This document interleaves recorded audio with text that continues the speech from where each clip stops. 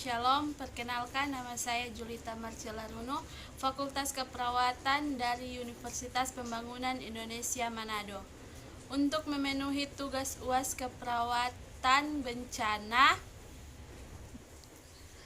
tentang perawatan untuk populasi rentan oleh dosen pengampu Nurse Doni Sahen Solar Escape MKes.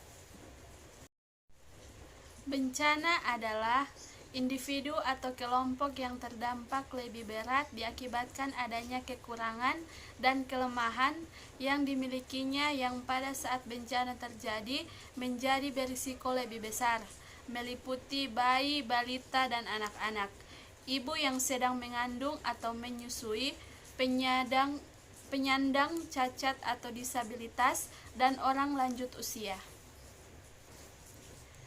Identifikasi kelompok berisiko.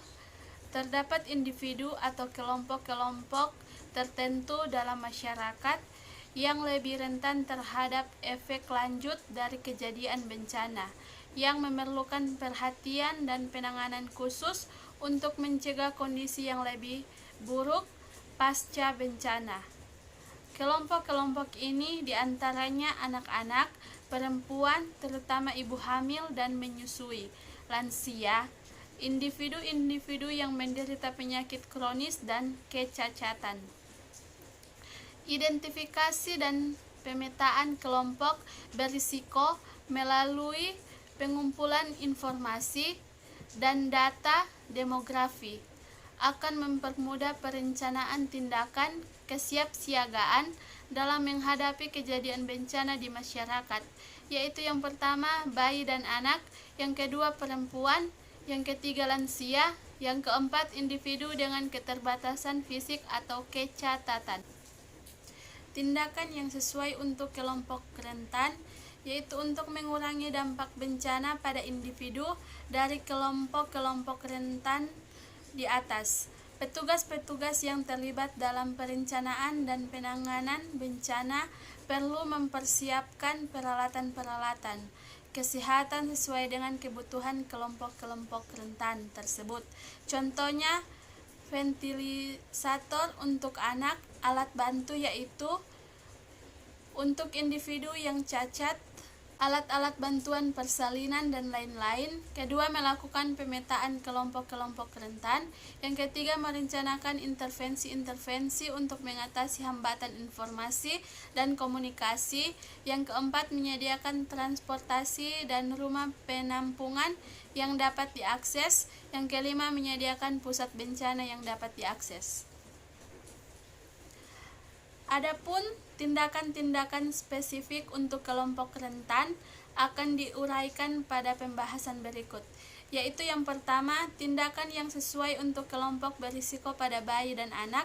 Yang kedua, tindakan yang sesuai untuk kelompok berisiko pada ibu hamil dan menyusui dalam memberikan pelayanan keperawatan pada berbagai macam kondisi. Kita harus cepat dan bertindak tepat di tempat bencana.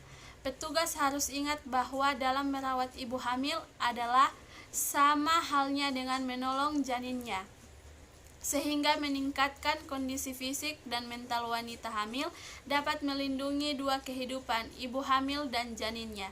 Yang ketiga, tindakan yang sesuai untuk kelompok berisiko pada lansia. Yang keempat, tindakan yang sesuai untuk kelompok berisiko pada orang dengan kecacatan dan penyakit kronik.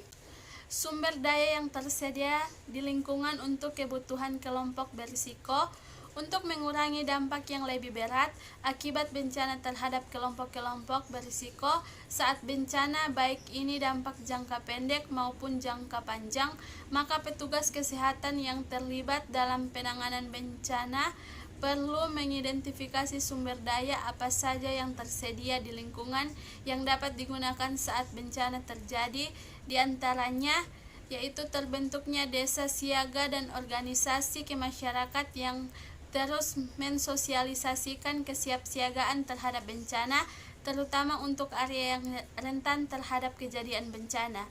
Yang kedua, Kapan rumah sakit atau fasilitas kesehatan menerima korban bencana dari kelompok berisiko, baik itu dari segi fasilitas maupun ketenagaan.